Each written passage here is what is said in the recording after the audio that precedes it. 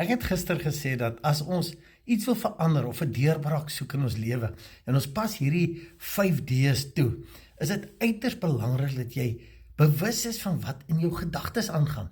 Wat is daai selftalk? Wat praat jy konstant met jouself oor jou omstandighede, oor die feite, realiteite, oor jou drome, oor jou deurbraak, elke dag.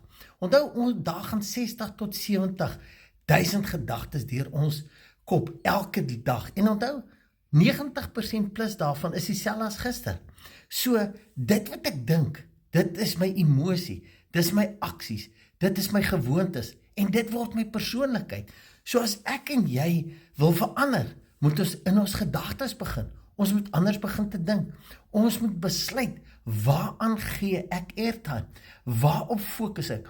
Op die klaar afgehandelde droom in my kop met daai feeling, al sien ek dit nog nie in die fisies nie, of die negatiewe? Jy kies.